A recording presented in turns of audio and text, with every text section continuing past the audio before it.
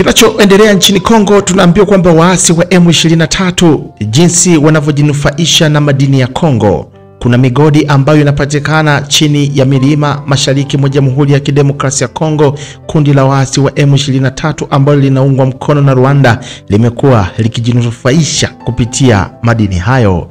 Waasi hao wa M23 wameyateka maeneo makubwa baada ya kuanza tena mapigano mwaka wa 2021 mashariki mwa Jamhuri ya Kidemokrasia ya Kongo. Katika eneo hilo lenye utajiri mkubwa wa madini lakini ambalo limeathiriwa vibaya na mzozo wa miongo mingi, kundi hilo linatoza kodi ya kiwango cha juu cha mali asili. Anasema kwenye sehemu hiyo upatikanaji wa madini ya coltan ambayo yanatoa kemikali ambayo inatumika kwenye vifaa vya umeme kama vile simu za kisasa pamoja na kompyuta. Waasi hao wa M23 wamekuwa wakidhibiti mgodi wa Rubaya pamoja na maeneo ambayo yanazunguka mkoa wa Kivu Kaskazini tangu mwaka wa 2024 na kuanzisha utawala wao katika sehemu ambazo wanadhibiti.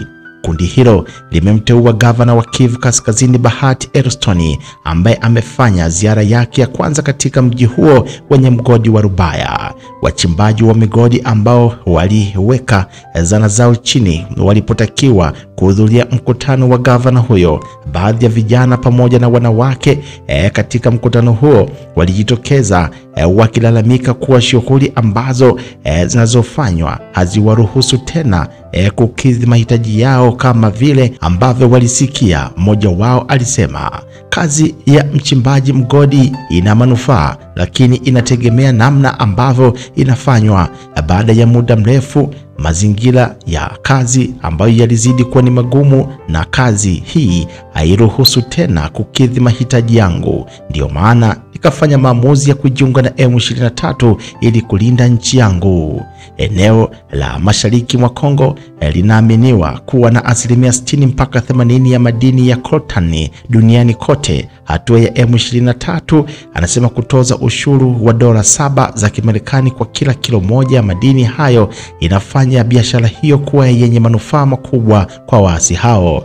Hata hivyo, hiyo ni sehemu ndogo tu ya mapato ya kodi ambao wanapata kutoka katika biashara, wakati kundi hilo likifanya juhudi za kutawala mashariki mwa Jamhuri ya Kidemokrasia ya Kongo.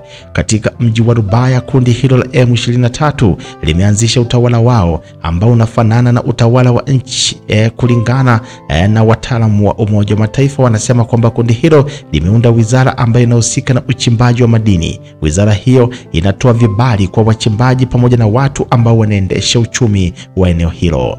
Tangu mwanzoni mwa mwaka huu, wapiganaji hao wamenyakua Goma pamoja na Bukavu ambao ni miji mikuu ya Kivu Kaskazini na Kusini. Hii inamaanisha kuwa waasi hao sasa wanadhibiti vituo muhimu vya kibiashara ndani ya Jamhuri ya Kidemokrasia ya Kongo kuelekea katika mpaka wa Rwanda. Kwa mujibu wa vyanzo vya kiuchumi pamoja na usalama, kundi hilo linatoza ushuru wa maelfu ya dola kwa kila lori ambalo linaelekea Rwanda katika mpaka karibu na Goma. Watu wa mashariki mwa Kongo wanategemea kwa kiasi kikubwa bidhaa ambazo zinasafirishwa kutoka Rwanda, lakini pia eneo hilo linasafirisha bidhaa za kilimo kwenda Rwanda na katika nchi nyingine za maziwa makuu. Baadhi ya vyanzo vilivyo karibu na serikali ya Jamhuri ya Kidemokrasia ya Kongo vinaituhumu Rwanda kwa kuongoza vita ambavyo vinalenga kudhibiti eneo la mashariki mwa Kongo lenye ardhi yenye rutuba. Lakini waasi wa kundi hilo la M23 wanadai kuwa wamezifuta kodi kadhaa ambazo zilianzishwa na makundi ambayo yameiunga mkono serikali ya Kinshasa, walizokuwa wakizitoza au wakiwatoza wakulima pamoja na wasafirishaji wa bidhaa. Wanasema kwamba kodi hizo zilikuwa zikididimiza maendeleo ya kiuchumi katika eneo hilo.